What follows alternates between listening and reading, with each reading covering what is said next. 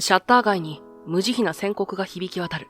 老舗の看板を一人で背負い、繊細な和菓子に心を込めてきた彼女が、今、崩れ落ちそうになっている。あの店を守りたい。その願いも虚しく、立ち退きを告げる冷たい声が追い詰める。もう終わりだわ。私の店もこの町も。公民館の隅で、彼女の涙が床に落ちた。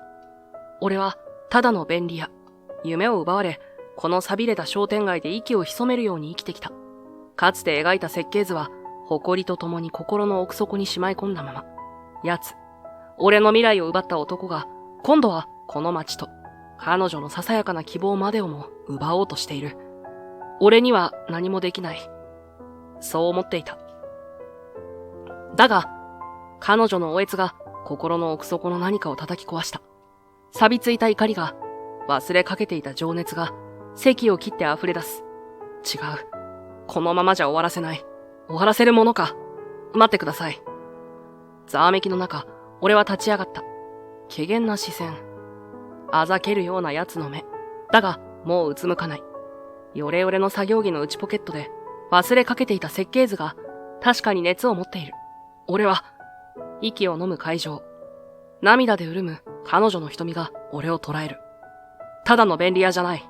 誇りをかぶった魂に、再び火が灯る。失われた未来を取り戻す戦いが、今始まる。俺の名前は、高坂城。錆びたシャッター街がきしむ音で、今日も下町の朝が始まる。午前7時。だが、この古びた桜商店街で、その音を響かせる店はもう半分もない。俺のアパートは2階にあって、1階は高坂便利屋の事務所になっている。窓の外に広がるのは眠ったように静かな通りだ。壁にはかつて世界各地のコンペに出した色あせた建築スケッチが数枚、ピンで留めてある。ヨーロッパの美術館、アジアの新興都市のランドマークタワー、叶うことのなかった夢の残骸だ。便利屋は亡くなった祖父からなんとなく継いだだけ。世界を舞台に活躍するはずだった建築家への夢は、数年前のあの出来事、いや、裏切りによって、この埃っぽい部屋の隅に追いやられてしまった。いつものようにインスタントコーヒーを入れ、すすけたマグカップを片手に、今日の依頼リストに目を落とす。電球交換、ドブ掃除、猫探し、ため息が漏れる。また昨日と同じような一日が始まるのか。ヨレヨレになった作業着に袖を通しながら、自重気味につぶやく。俺の人生、まあこんなもんだろ。希望なんて言葉はもう何年も口にしていない。ただ時間が過ぎるのを待つだけの日々。それが今の俺の全てだった。最初の依頼は通りを少し行った角にある和菓子屋、三島屋からだった。看板の修理をお願いしたいんです。電話口での声は若々しくも、どこか張り詰めたような響きがあった。若女将の三島弥生さん。それが彼女の名前だ。店構えは老舗の風格があるものの、どこか錆びれた空気が漂っている。店先に着くと、想像していたよりもずっと若い女性が不安そうな顔で俺を出迎えた。高坂さん、すみません。お忙しいところ。いえ、お気になさらず、看板ですね。拝見します。見上げると、確かに看板は古く、取り付け金具の一部が錆びて緩んでいる。これでは風が強い日には危ないだろう。脚立に登り、工具を使って慎重に修理を進める。その間、弥生さんは店の入り口に立ったまま、じっと下を向いていた。時折、小さなため息が聞こえる。その背中からは、店の経営が厳しいのだろうということが、言葉にしなくても伝わってきた。よし、これで大丈夫でしょう。しばらくは持つはずです。ありがとうございます。本当に助かりました。彼女の声は雨粒のようにか細かった。しっかり者に見える佇まいとは裏腹に、その瞳の奥には深い疲れと諦めの色が滲んでいるように見えた。修理代を受け取ろうとすると、弥生さんが小さな包みをそっと差し出した。白い和紙に包まれた上品な箱だ。これ、試作品なんですけど、よかったら召し上がってください。戸惑いながら受け取り、箱を開けると、そこには淡い桜色の美しい練り切りが入っていた。繊細な細工が施されていて、見るからに手間がかかっている。綺麗ですね。春らしくていいじゃないですか。ありがとうございます。でも。彼女はうつむいたまま言葉を続ける。以前有名な評論家の方に、私の作った新しい和菓子を酷評されてしまって、伝統に泥を塗るものだとまで言われて、それ以来新しいものを作るのが怖くなってしまったんです。彼女の声は震えていた。老舗の看板を守るプレッシャーと、挑戦を否定された過去の傷。それが重くのしかかっているのだろう。伝統的な味を守ることはできても、新しい一歩を踏み出す勇気が持てない。それが彼女の抱えるトラウマなのだ。俺は気の利いた言葉も見つけられず、そうですか。でもこれは本当にうまそうですよ。と、ありきたりなことしか言えなかった。帰り道、事務所に戻る前に、近くの公園のベンチに腰掛けて、その練り切りを口にした。舌の上で溶けるような上品な甘さ。桜の香りがふわりと鼻を抜ける。素直にうまいと感じた。だが同時に、弥生さんの瞳の奥に見た深い影が、その甘さの中に、ほろ苦い後味を残した。才能があるのに、それを信じられない。その気持ちは、俺にも痛いほどわかる気がした。練り切りを食べ終え、重い腰を上げて商店街を歩く。昼間だというのに、人影はまばらだ。シャッターが降りたままの店が目立つ。八百屋のおばちゃんが、店先で手持ち無沙汰に空を見上げている。古本屋の店主はカウンターで居眠りをしていた。顔見知りの店主たちはみんな、どこか諦めたような、覇気のない表情をしている。子供の頃、この商店街はもっと活気があった。夕方になれば買い物客でごった返し、子供たちの笑い声が響いていた。駄菓子屋、肉屋、魚屋。どの店も威勢が良くて、通りを歩くだけでワクワクしたものだ。だが、大型スーパーが郊外にできてから、少しずつ客足は遠のき、今ではシャッター街と揶揄される始末だ。便利屋としてこの街で依頼をこなしながら、俺はこの風景の変化をただ見ているだけ。何もできない。何も変えられない。そんな無力感がじわりと胸に広がっていく。ただ、この慣れ親しんだ場所が静かに消えていくのを待っているだけ。それが今の俺の立ち位置だった。午後の依頼は商店街の端に住む佐藤老婦人宅の電球交換だった。あらあら、高坂さん。いつもすまないね。助かるよ。老婦人はしわくちゃの笑顔で俺を迎えてくれた。古い家の高い天井にある電球を取り替えるのは彼女一人では難しい。脚立に登り、手際よく作業を終える。はい、おばあちゃん、着きましたよ。ありがとう、ありがとう。本当にあなたみたいな若い人がいてくれて、この町も心強いよ。便利屋さんも大変だろうけど、頑張ってね。ねぎらいの言葉に、俺は曖昧に笑って、まあ、好きでやってるんで、と、また嘘をついた。好きでやっているわけじゃない。建築家としての道を閉ざされ、他にできることがなかっただけだ。お茶を勧められ、少し世間話をする。町の商店街の賑わい、最近の物価の高さ、隣の家の猫の話。話は取り留めもなかったが、その穏やかな時間は、ささくれだった俺の心を少しだけ和ませてくれた。帰り際、彼女は無理やり、俺の手に千円札を握らせた。おだちんだよ。これで何か美味しいものでも食べな。いえ、お代は結構ですから。いいから、気持ちだよ。断りきれずに受け取ったくしゃくしゃの千円札。この千円が今の俺の価値か。数年前まで世界のクライアントを相手に億単位のプロジェクトを動かし、国際的なデザイン賞の呼び声も高かった自分が、今は老婦人から握らされる千円札に相応の存在なのか。あの頃の輝きはもうどこにもない。途方もない落差がもたらす空虚感が重く胸を満たす。夜、事務所に戻り、夕食を簡単に済ませる。やることもなく、ただぼんやりとテレビを眺めていると、無性に何かを書きたくなった。棚の奥深く、段ボール箱の中にしまい込んでいた古びたスケッチブックを取り出す。それは誰にも見せたことのない、俺だけの聖域であり、同時に捨てきれない過去の残骸でもあった。ページをめくると、昔描いた建物のデッサンや、海外の都市でスケッチした街並みが現れる。学生時代から、その才能は国内外で注目されていた。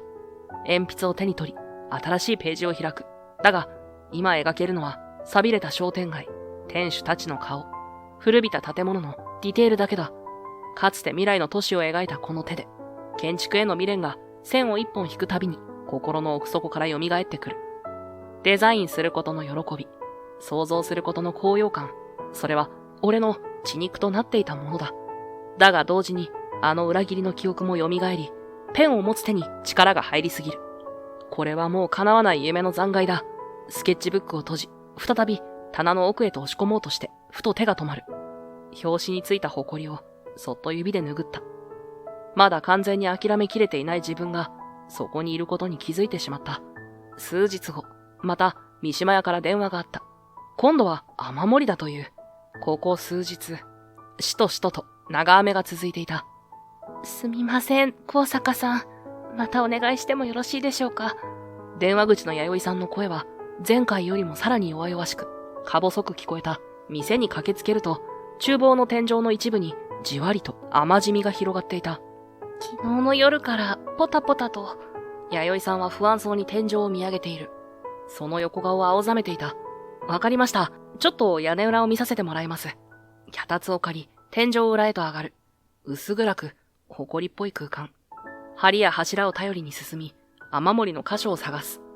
古い瓦の一部がずれ、そこから雨水が浸入しているようだった。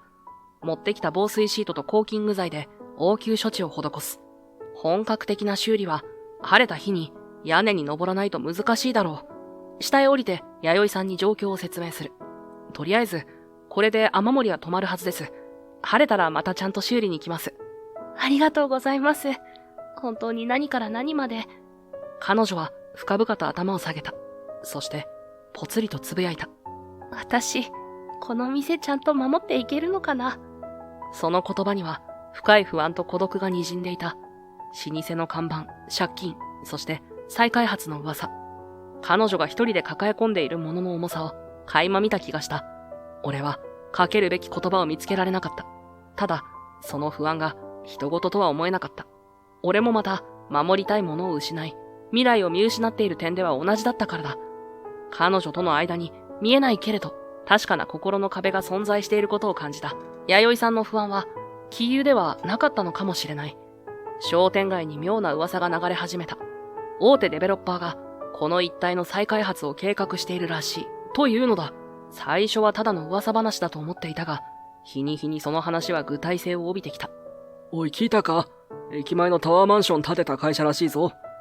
立ち退きとかになるのかね？わしらの店は一体どうなるんだ？馴染みの店主たちが、店の軒先で不安そうに囁き合っている。まだ、デベロッパーからの正式な発表は何もない。だが、商店街全体に重く、不穏な空気が漂い始めていた。この古くからのコミュニティが、巨大な資本の力によって壊されてしまうのではないか。俺もその噂を耳にし、漠然とした。しかし、確かな不安を感じずにはいられなかった。もし本当に立ち退きとなれば、三島屋はどうなるのだろうか。そして、この便利屋も、その夜、俺は久しぶりに悪夢を見た。数年前の、あの忌まわしい記憶。それは、将来の国際的な飛躍がかかった、大きなデザインコンペの最終選考会場だった。眩しいスポットライト、並みいる世界的な建築家たちの審査員、そして、壇上で、自信に満ちた表情でプレゼンテーションを行う、同期だった男、黒木俊介の姿。彼が映し出す設計図は、俺がまさに世界への扉を開くと信じて、心血を注いで描き上げたものと酷似していた。いや、同じだった。俺の革新的なアイデア、俺のデザインコンセプト、それをさも自分が考え出したかのように、彼はとうとうと語っている。会場からは称賛の声が上がり、審査員たちは満足げにうなずいている。俺は会場の隅で、ただ立ち尽くすことしかできなかった。世界の高坂と呼ばれるはずだった未来が、目の前で盗まれていく。そして、黒木が最優秀賞を受賞した瞬間、俺に向けられたのは、冷たい侮蔑に満ちた視線だった。盗作だと騒ぎ立てた俺は、業界の厄介者として扱われ、次第に居場所を失っていった。デザインなんて、もう二度と書かない。叫びながら、俺は汗びっしょりになって飛び起きた。心臓が激しく鼓動している。窓の外はまだ暗い。あの裏切りは、決して過去のものではない。それは今も重い鎖となって俺を縛り付け、未来へ踏み出すことを阻んでいる。黒木。あいつだけは絶対に許せない。だが、今の俺には何もできない。その無力感が悪夢以上に俺を苦しめた。翌朝、重い体を引きずって事務所の窓を開ける。ひんやりとした空気が流れ込んできた。机の上には、先日弥生さんにもらった練り切りの空き箱がまだ置いてあった。あの繊細な味を思い出す。やっぱりうまかったな。彼女の作るものには嘘がない。真摯でひたむきだ。商店街の人々の顔が次々と脳裏に浮かんだ。いつも笑顔で声をかけてくれる八百屋のおばちゃん。ぶっきらぼうだけど、根は優しい古本屋の店主。俺を頼ってくれる佐藤さん。このまま、この場所が、彼らの生活が、見知らぬ誰かの都合で壊されてしまっていいのだろうか。諦めていたはずの心の中に、小さな、しかし、確かな熱のようなものが灯り始めた気がした。それは怒りなのか、義憤なのか、それとも別の何かか。まだ自分でもよくわからない。だが、便利屋の仕事に向かう足取りは、昨日までとはほんの少しだけ違っていた。ヨレヨレの作業着の胸ポケットで、スケッチブックの存在が、いつもより少しだけ重く感じられた。再開発の噂は、現実のものとなった。ある日の午後、商店街に似つかわしくない高級スーツに身を包んだ男が現れた。黒木俊介。俺の悪夢に現れ、俺の人生を狂わせた張本人だ。彼は数人の部下を引き連れ、商店街の空き店舗になっていた元魚屋の前に一方的に再開発計画説明会開催のお知らせという横断幕を掲げた。集まってきた商店街の住民たちを前に黒木はマイクを握り傲慢な口調で話し始めた。皆様、本日はお集まりいただきありがとうございます。大手デベロッパー、グランドエステートの黒木と申します。担当直入に申し上げます。この度、この桜商店街一帯の再開発計画が正式に決定いたしました。つきましては、近日中に説明会を開催いたしますので、ご参加ください。決定ってどういうことだ？俺たちには何の相談もなしか？住民たちから怒りの声が上がる。だが、黒木は表情一つ変えず、冷ややかに言い放った。これは決定事項です。皆様の未来のためにも、より良い街にするための計画です。ご理解とご協力をお願いします。反対したらどうなるんだ？反対ですか。まあ、無駄な抵抗はおやめになった方が賢明かと思いますよ。その言葉と、すべてを見下すような冷たい目つき。住民たちの不安や怒りなど、彼にとっては取るに足らないもの、なのだろう。彼の出現によって、商店街に漂っていた不穏な空気は、一気に黒い絶望の色へと変わっていった。俺は少し離れた場所から、その光景を、ただ見つめているしかなかった。横断幕を設置し終えた黒木が、部下と共に商店街を視察するように歩き始めた。まるで寝踏みするかのように、一つ一つの店を指さし、何かを話している。そして、運悪く、俺が便利屋の作業を終えて事務所に戻ろうとしたとき、彼と鉢合わせになってしまった。黒木は、俺のヨレヨレの作業着姿を一別し、次の瞬間には、もう興味なさそうに視線をそらした。俺が、かつて彼と同じ舞台を目指していた高坂城だとは、夢にも思っていないだろう。気づかれるわけがない。俺はもう、あの頃の俺じゃない。惨めな、ただの便利屋だ。だが、彼のその傲慢な態度、人を人とも思わないような振る舞いは、昔と少しも変わっていなかった。何か言ってやりたい衝動に駆られたが、言葉が出てこない。今の俺と、輝かしいキャリアを歩んでいる彼との間には、あまりにも大きな差がありすぎる。無言ですれ違う数秒が、永遠のように長く感じられた。彼の背中が遠ざかっていくのを見送りながら、苦いものが喉の奥から込み上げてくるのを感じた。悔しさ、怒り、そして無力感。それらがごちゃ混ぜになった感情が、俺の心を支配した。その日の夕方、便利屋の事務所のドアを叩く音がした。開けると、そこには青ざめた顔の弥生さんが立っていた。高坂さん、突然すみません。弥生さん、どうかしましたか？これ。彼女が差し出したのは一枚の書類だった。グランドエステートからの正式な通知。そこには、三島屋が再開発計画の立ち退き対象区域に含まれていることが事務的な文面で記されていた。今日、黒木さんという方が店に来てこれを。彼女の声は震え、大きな瞳にはみるみるうちに涙が溜まっていく。この店、祖父が始めて、父が守って、私にとっては全てなんです。でもどうしたらいいのか、私には何も。老舗を守らなければならないという重圧。新しい和菓子への挑戦を阻む過去のトラウマ。そして、避けられないかもしれない立ち退きという現実。彼女はいくつもの重荷に押しつぶされそうになっていた。私、どうしたらいいんでしょうか。彼女の涙に俺は何も言えなかった。便利屋としてではなく、ただ隣に住む一人の男として、俺は彼女のそばに座り、黙って話を聞いた。慰めの言葉も解決策も何も思いつかない。ただ、彼女の震える肩にそっと手を置くことしかできなかった。その小さな肩があまりにも頼りなく見えた。数日後、三島屋から再び依頼があった。今度は店のショーケースの照明が一つ切れてしまったという。大した作業ではない。すぐに駆けつけ、新しい電球と交換する。作業を終え、ショーケースの中を何気なく眺めていたとき、ふと和菓子の並べ方が気になった。季節の和菓子が美しく並べられているが、どこか物足りない気がする。弥生さん、この桜餅なんですけど。はい。こっちの少し奥まったところに置くよりも、手前のこの位置に持ってきた方が、色がより鮮やかに見えるんじゃないですかね。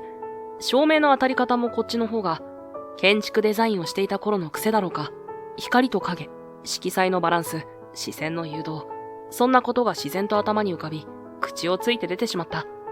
弥生さんは、俺が指さした場所と元の場所を交互に見比べ、そして、はっとしたように目を見開いた。本当だ。こっちの方がずっと綺麗に見える。高坂さん、すごい。どうしてそんなことわかるんですか？いや、まあ、なんとなくそう思っただけですよ。照れ隠しにごまかしたが、彼女の驚いたような、そして少し感心したような表情に、俺の心はわずかに高揚した。忘れかけていた感覚。デザインによって人の心を動かすこと。その小さな手応えが、誇りをかぶっていた俺の心の一部を、そっと揺り動かしたような気がした。そして、弥生さんの中で、俺に対する見方が少しだけ変わったのかもしれない。ただの便利屋ではない。何か別の面を感じ取ってくれたのかもしれない。その出来事をきっかけにか、弥生さんと話す機会が以前よりも増えた。彼女は店の経営の悩みや、新しい和菓子への試行錯誤、そして時折、商店街での子供の頃の思い出などを話してくれた。俺もまた、便利屋の仕事を通して見た。商店街の人々のちょっとしたエピソードや街の変化について話した。お互いに過去の深い傷、俺の建築家としての挫折や彼女の評論家からの酷評についてはまだ触れることはなかった。だが言葉を交わすうちに確実に二人の間の距離は縮まっているのを感じていた。彼女のひたむきさ、和菓子への真摯な愛情に触れるたび、俺の凍りついていた心が少しずつ、本当に少しずつだが溶け始めているのを感じる。彼女もまたぶっきらぼうで口下手な俺の中に不器用ながらの誠実さや時折見せる意外な一面を感じ取ってくれているようだった。雨漏りの修理の時に見た不安げに天井を見上げる彼女の横顔、ショーケースの前で驚きと関心の表情を浮かべた彼女の顔、それらがやけに鮮明に、そして綺麗に俺の記憶に焼き付いていた。事務所に戻るとスケッチブックを開く時間が増えていた。描くのはやはりこの商店街の風景だ。だが以前とは少し違っていた。ただ寂れた風景を写し取るだけでなく、そこにもしこうだったらという想像が加わるようになった。古くなった建物のファサードをどうリノベーションすれば魅力が増すか。空き店舗をどんな風に活用できるか、自然と建築家としての視点が蘇ってくる。そしていつの間にか弥生さんの笑顔をスケッチしている自分に気づく。和菓子作りに真剣に取り組む横顔、客と楽しそうに話す姿、俺の言葉にはにかむ表情、彼女の存在が俺の中で少しずつ大きくなっているのを感じた。だが同時に黒木への怒りもペン先に滲む。彼の傲慢な顔、商店街を見下す目つき、この街を、そして弥生さんの大切な店を、あんな奴の好きにさせてたまるか。そんな強い思いが湧き上がってくる。しかし、現実には俺はまだ何もできない。ただの便利屋だ。スケッチブックの中にだけ、俺の本当の気持ち、そして建築家としてのまだ燃え続ける魂が閉じ込められている。このままではいけない。何かしなければ。焦りと行動できない自分への苛立ちが募っていく。黒木は再開発計画を強引に進めるために住民説明会を待たずして個別の住民訪問を開始した。そのやり方は実に狡猾だった。高齢者や経営の苦しい店主には、今なら好条件で立ち退き料を支払いますよ。新しいビルには優先的に入居できるように計らいます。などと甘い言葉で誘いをかける。一方で、反対の意思を明確に示している者には、抵抗するなら法的手続きも辞さない。裁判になればあなた方に勝ち目はありませんよ。と、脅しに近い言葉で圧力をかける。還元と脅迫、飴と鞭を巧みに使い分け、住民たちの間に不信感と分断を生み出そうとしているのだ。彼の狙い通り、商店街の中には立ち退きに応じることを考え始めた者、どうすべきか迷う者が出始め、これまで一枚岩だったはずの住民たちの結束に少しずつ亀裂が入り始めていた。黒木のやり方は昔俺のデザインを盗んだ時と何も変わっていなかった。人の心の弱さにつけ込み、巧みに操り、自分の目的を達成するためなら手段を選ばない。俺はその卑劣な手口を身をもって知っている。だからこそ余計に腹立たしかった。商店街の危機感は日増しに高まっていた。古くからある集会所に店主たちが集まり、緊急の対策会議が開かれることになった。俺も高坂便利屋としてではなく、この町の一員として呼ばれ、末席に座った。会議は最初から紛糾した。黒木の言う通り、好条件のうちに立ち退くしかないんじゃないか。バカ言うな。先祖代々の土地をそう簡単に手放せるか。でも相手は大手だぞ。逆らっても勝ち目はないんじゃ。諦めるのはまだ早い。何か対抗策があるはずだ。怒号が飛び交い、意見は真っ二つに割れた。立ち退きやむなしとする諦めの声と、断固として反対を貫こうとする抵抗の声。どちらの気持ちも痛いほどわかる。だが、俺はその議論の中で、一言も発することができなかった。自分がかつて、国際的な舞台で活躍を期待されたほどの建築デザイナーであったこと。そして、今回の再開発の責任者である黒木とは、その輝かしい未来を奪われた浅からぬ因縁があること。それを打ち明けるべきなのかもしれない。だが、あまりにも華々しかった過去と、あまりにも惨めな現在の落差、そして世界的なスキャンダルになりかけたあの事件を、今更この場で晒すことができるだろうか。結局、俺は会議が終わるまで、ただ黙って、住民たちの激しい議論を聞いていることしかできなかった。何もできない自分が情けなくて仕方がなかった。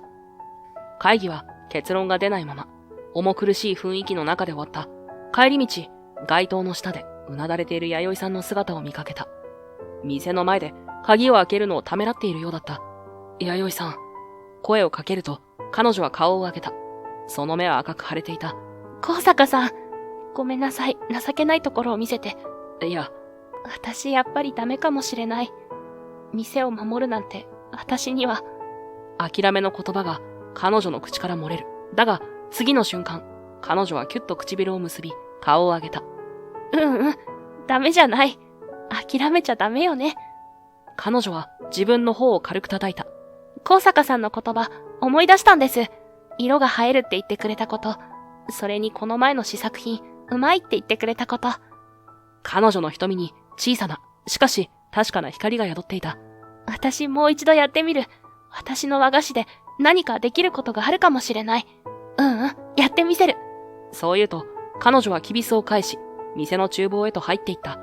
その背中は、さっきまでの弱々しさが嘘のように力強く見えた。数日後、弥生さんが小さな包みを持って、俺の事務所を訪ねてきた。高坂さん、これ、試作の試作なんですけど、どうかな？包みを開けると、そこには2種類の新しい和菓子があった。一つは、商店街の古い瓦を思わせるような渋い色合いのもなか。もう一つは、春の桜並木をイメージしたような淡いピンク色の練り切り。どちらも、以前の試作品とは明らかに違う。何か強い意志のようなものが感じられる佇まいをしていた。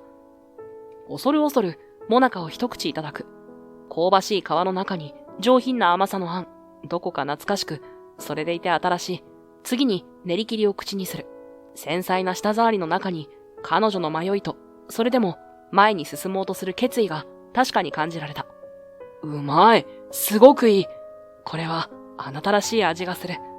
俺の正直な感想に彼女ははにかんだ。その笑顔はこれまで見たどの笑顔よりも輝いて見えた。彼女の小さな勇気が俺の心にも温かいものを灯してくれた気がした。弥生さんの変化、そして危機に瀕しながらも一生懸命に抵抗しようとする商店街の人々の姿。それらを見ているうちに俺の中で眠っていた何かが確実に目を覚まし始めていた。諦めていたはずの建築への情熱。この街を守りたい。この人たちを守りたいという強い思い。便利屋の仕事の合間に、知らず知らずのうちに建築雑誌を手に取ったり、インターネットで最新のデザインや地域再生の事例などを検索したりしている自分に気づく。本棚の奥から昔使っていた専門書を引っ張り出し、読みふけっている夜もあった。俺にまだできることはあるんじゃないか。黒木への個人的な怒りだけではない。弥生さんへの特別な思いだけでもない。この商店街に対する言葉ではうまく言い表せない愛着のようなもの。それらが複雑に絡み合い、俺の心を強く突き動かそうとしていた。事務所の机に向かいスケッチブックを開く。そこに描かれるデザイン案は、もはや単なる落書きや気晴らしではなかった。それは具体的な形を帯び始め、実現可能なプランへと進化しようとしていた。便利屋、高坂城ではなく、建築家、高坂城としての魂が、再起の時を求めて、静かに、しかし確実に動き出しているのを感じていた。数日後、商店街近くの公民館で、グランドエステートによる再開発計画の正式な説明会が開かれた。会場には、不安と怒りをにじませた商店街の住民たちが詰めかけ、異様な緊張感に包まれていた。壇上に立った黒木は、まるで勝利宣言でもするかのように、自信たっぷりの態度で説明を始めた。パワーポイントを使って映し出された完成予想図は、巨大で冷たく、無機質な商業ビルだった。どこにでもあるような個性のかけらもないデザイン。この商店街が持つ歴史や人々の暮らしのぬくもりなど、微塵も感じられない。以上が計画の概要です。この再開発により、この地域は活性化し、皆様の資産価値も向上することでしょう。黒木が説明を終えると、住民たちから席を切ったように、質問や反対意見が噴出した。俺たちの店はどうなるんだ？こんなビル誰が望んでるって言うんだ。もっと住民の声を聞くべきだ。だが、黒木はそれらの声に耳を貸そうともせず、冷淡に言い放った。計画はすでに決定事項です。法的な手続きもすべてクリアしています。皆様の個人的な干渉や、ノスタルジーに付き合っている時間はありません。ご理解いただけない場合は、残念ながら、法にのっとって進めさせていただくだけです。その言葉は、住民たちの最後の望みを打ち砕くかのように、会場に重く響いた。一方的な通告、有無を言わせぬ圧力、会場は怒りと、そして深い絶望感に包まれた。弥生さんは檀家の席で唇を噛み締めながら聞いていた。店の立ち退きはもはや避けられない。彼女が大切にしてきた場所が、思い出が、無残にも奪われようとしている。過去のトラウマも相まって、彼女の心はついに完全に折れてしまったようだった。もう終わりだわ。私たちの店も、この商店街も。彼女の目から大粒の涙がとめどなく溢れ落ちる。隣に座っていた八百屋のおばちゃんが何も言わずにそっと彼女の肩を抱き寄せ慰めている。その光景を見た瞬間、俺の中で何かがぷつりと音を立てて切れた。もう黙っているわけにはいかない。待ってください。俺は静かに立ち上がり、前へと進み出た。ざわついていた会場が一瞬にして静まり返る。すべての視線が作業着姿の俺に注がれる。いぶかしげな顔で俺を見る黒木。他のデベロッパー社員が制止しようとするのを彼は手で制した。なんだね君は。見ない顔だが。ああ、確か便利屋だったかな。悪いが、君のような部外者が口を挟む場ではないんだが。黒木はあざけるような笑みを浮かべていった。俺は彼の目をまっすぐに見据え、はっきりとした声で言った。震えはなかった。俺はただの便利屋じゃない。ごくりと誰かが息を飲む音が聞こえた。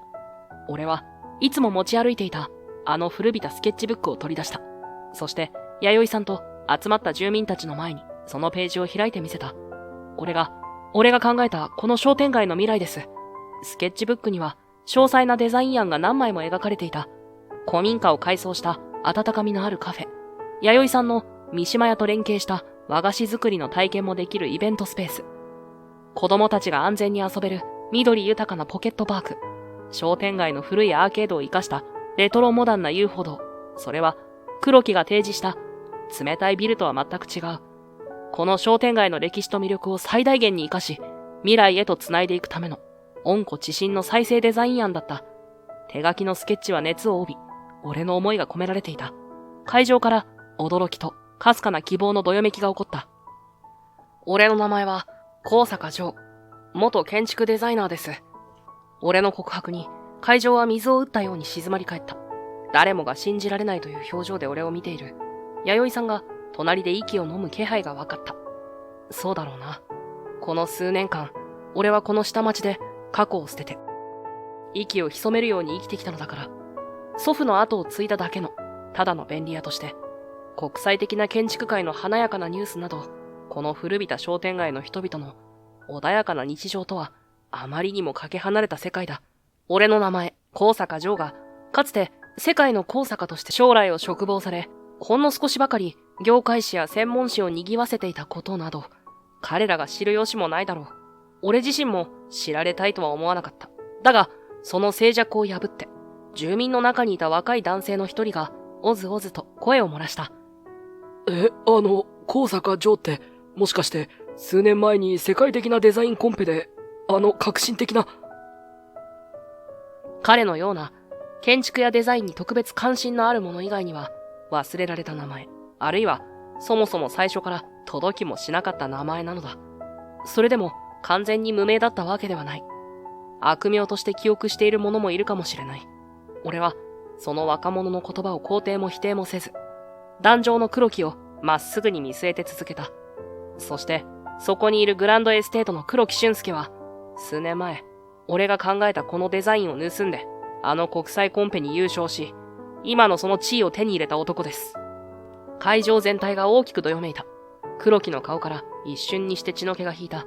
その目は明らかに動揺を示していた。まさか、こんな下町の片隅で自分が葬り去ったはずの世界の高坂と再会するとは、夢にも思っていなかっただろう。だが、彼はすぐに持ち直し、歪んだ霊笑を浮かべた。何をバカなことを言っているんだ。君は、証拠でもあるのかね。いいか皆さん。騙されてはいけません。彼は、自分の才能のなさを棚に上げ、私に濡れ衣を着せようとして、国際的なスキャンダルを起こし、業界から追放された、ただの敗北者だ。彼の言うことなど、誰も信じませんよ。黒木は一生懸命に平静を装い、俺を貶めようと声を張り上げた。だが、その声はわずかに震え、額には油汗が滲んでいるのを、俺は見逃さなかった。俺の突然の告白。目の前に広げられた、希望に満ちた商店街のスケッチ。そして、宿敵である黒木と、たった一人で対峙しようとしている俺の姿。それらが、打ちひしがれていた弥生さんの心を、強く、激しく揺さぶった。彼女は、ゆっくりと立ち上がった。涙はもう流れていなかった。その瞳には、迷いを振り払った、強い意志の光が宿っていた。私も、もう逃げません。凛とした声が会場に響き渡る。私の和菓子で、この商店街を、そして高坂さんのデザインを応援します。この街は、私たちの手で守ります。評論家に酷評された過去のトラウマを、彼女は今、この瞬間に乗り越えたのだ。その覚悟を決めた姿は、誰よりも美しく、力強く見えた。俺のデザイン案と、弥生の決意に満ちた宣言。それは、黒木の狡猾な揺さぶりによって、分裂しかけていた住民たちの心を、再び一つにした。そうだ、俺たちも戦おう。古本屋の店主が叫んだ。高坂さんの案の方が、あのビルなんかよりずっといい。八百屋のおばちゃんが、涙ながらに声を上げる。弥生ちゃんの和菓子は、俺たちの誇りだ。デベロッパーなんかに負けてたまるか。肉屋の店主が拳を突き上げる。会場の空気は一変した。絶望は希望に、諦めは闘志に変わった。俺を中心にグランドエステートの再開発計画に対抗するための住民たちによる正式な反対運動がこの瞬間始まったのだ。俺たちは黒木と彼が率いる巨大な組織に対して反撃ののろしを上げた。説明会からの帰り道、弥生さんは俺に言った。高坂さん、私決めました。新作完成させます。この商店街の希望になるような和菓子を。それからの数日間、弥生さんは文字通り寝る間も惜しんで新作和菓子の完成に没頭した。俺が描いたスケッチブックのデザイン案、商店街の長い歴史、ここで暮らす人々の温かい思い、それらすべてを小さな和菓子の中に込めようと試行錯誤を重ねているようだった。そして、ついに2つの新作和菓子が完成した。商店街の古い家々に使われている瓦を模した香ばしい皮が特徴のモナカ。名前は瓦暦。もう一つは、かつて商店街の入り口にあった美しい桜並木をイメージした淡いピンク色が美しい練り切り、桜道。どちらの和菓子もただ美味しいだけではない。そこには弥生さんの、そして商店街の人々の過去への敬意と未来への希望が確かに込められていた。それは食べる人の心にじんわりと温かいものを広げるような希望の味がした。本格的な対案を作成するためには商店街の現状を正確に把握する必要があった。俺は商店街の各店舗の歴史や経営状況などをヒアリングして回った。その過程で三島屋の古い顧客台帳や最近のネット注文の記録などを整理する手伝いをすることになった。膨大なデータの中に俺は奇妙な点を見つけた。数年前から定期的に、しかもかなり高額な和菓子の詰め合わせセットを匿名で注文している顧客がいるのだ。届け先は都心の一等地にある高級タワーマンション。注文されている和菓子は決まって伝統的な昔ながらの上生菓子ばかり。そしてその注文が入る時期が決まって季節の変わり目や年末年始など特定の時期に集中している。匿名、高級マンション、伝統的な和菓子へのこだわり、断片的な情報をつなぎ合わせるうちに、俺の頭の中にある疑念が浮かんだ。まさか、とは思う。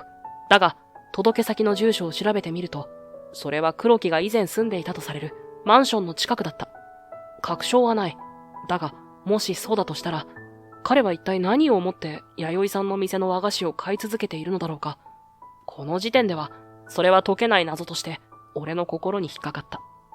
住民たちの反対運動を支援してくれるという市議会議員のつてを頼り、俺は黒木が最初に市に提出したとされる非公開の再開発計画の初期案の資料を入手することができた。それは最終的に住民に提示されたものとは少し異なっていた。その図面を詳細に見ていくと、さらに不可解な点が見つかった。他のほとんどの店舗が完全な取り壊し対象、あるいは大幅な縮小移転を前提としているのに対し、三島屋のある区画だけが、まるでそこだけ避けるかのように不自然な形で保存、もしくは景観に配慮した形での縮小移転をするような計画になっていたのだ。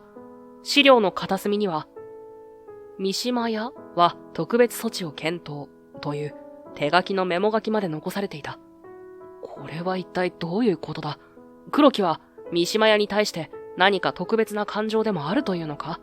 それとも彼自身の中に完全に消し去ることのできない過去の思い出やある種の執着のようなものが存在するのだろうか？匿名注文の件と合わせて考えると、黒木俊介という人間の内面に俺たちがまだ知らない複雑な何かがあるのかもしれないと思わせるには十分だった。彼の行動には単なる利益追求だけではない別の動機が隠されている可能性が浮上してきた。黒木への対抗策を練るため、俺は彼の経歴や過去についても可能な限り情報を集めてみた。公になっている情報やかつての共通の知人からの話をつなぎ合わせていくと、意外な事実が浮かび上がってきた。彼もまた決して裕福とは言えない家庭環境で育ち、苦労して奨学金を得て建築学科に進んだ努力家だったのだ。建築に対する情熱も若い頃は俺と同じように、いや、もしかしたら俺以上に持っていたのかもしれない。しかし彼はある時点で才能の壁、あるいは運の壁のようなものにぶつかり挫折を経験した。そしてその矛先が同期でありながら若くして国際的な注目を集め、誰もがその才能を疑わなかった俺に向けられたのではないか。俺に対する強い嫉妬と拭いがたいコンプレックス。成功法では世界の高坂には勝てない。そんな歪んだ思いが彼をあのコンペでの不正行為へと走らせたのかもしれない。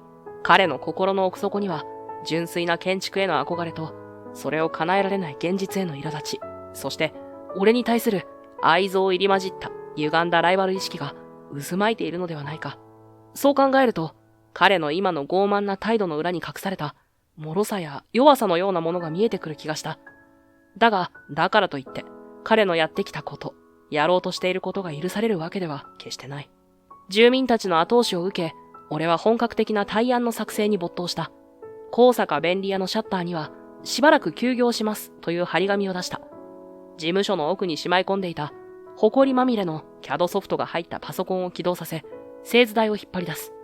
何年も触っていなかった T 定規や製図ペンを再び手に取る。最初はぎこちなかった指先が次第に感覚を取り戻していく。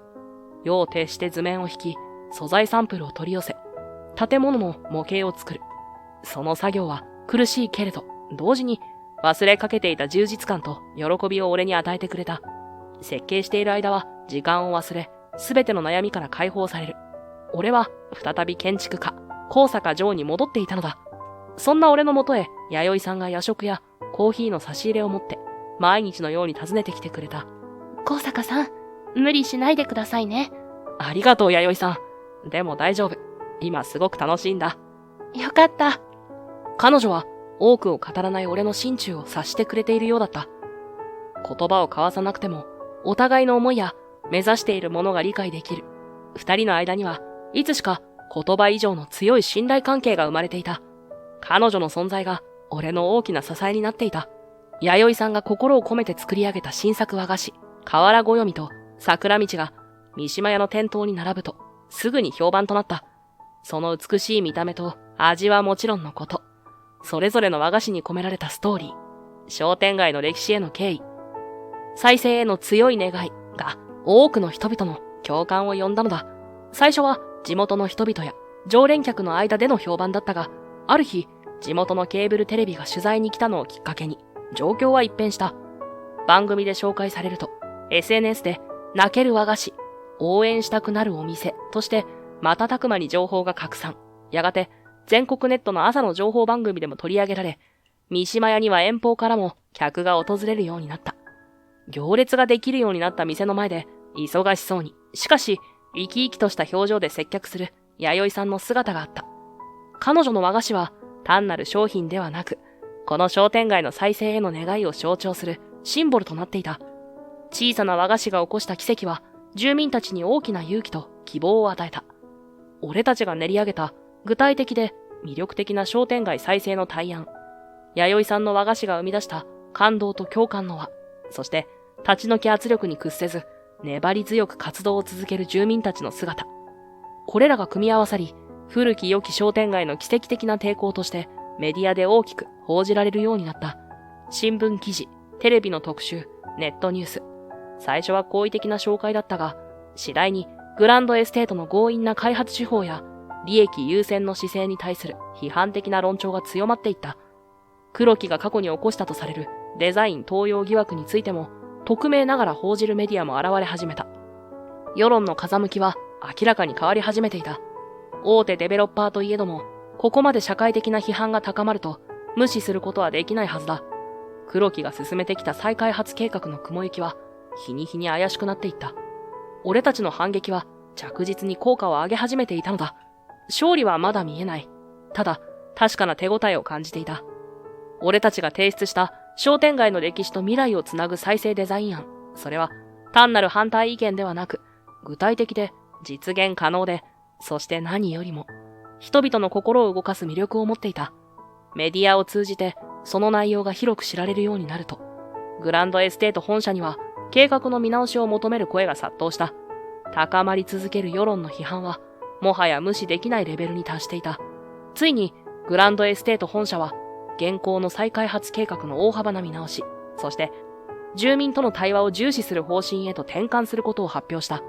計画を強引に推し進めてきた黒木は、その責任を取らされる形で担当から外された。さらに追い打ちをかけるように、俺が長年保管していたコンペ当時の初期スケッチやデザインデータのログといった決定的な証拠が、協力してくれたメディアを通じて公になった。過去のデザイン盗用疑惑は、もはや言い逃れのできない事実として世間に知れ渡り、黒木はグランドエステートから懲戒解雇を通告された。建築業界内での信用も完全に失墜し、事実上の業界追放。彼が不正によって築き上げてきた地位と名声は、まるで砂上の楼閣のようにあっけなく崩れ去った。すべてを失い、社会的な居場所をなくした黒木。その後の彼の消息を俺は知らない。ただ、事件が落ち着いて数週間が経ったある夜のこと。弥生さんから少し複雑な表情でこんな話を聞いた。閉店後の三島屋の前に人目を忍ぶように、一人の男がしばらくの間、佇んでいたらしい。暗くて顔までははっきり見えなかったが、その背格好は黒木によく似ていたという。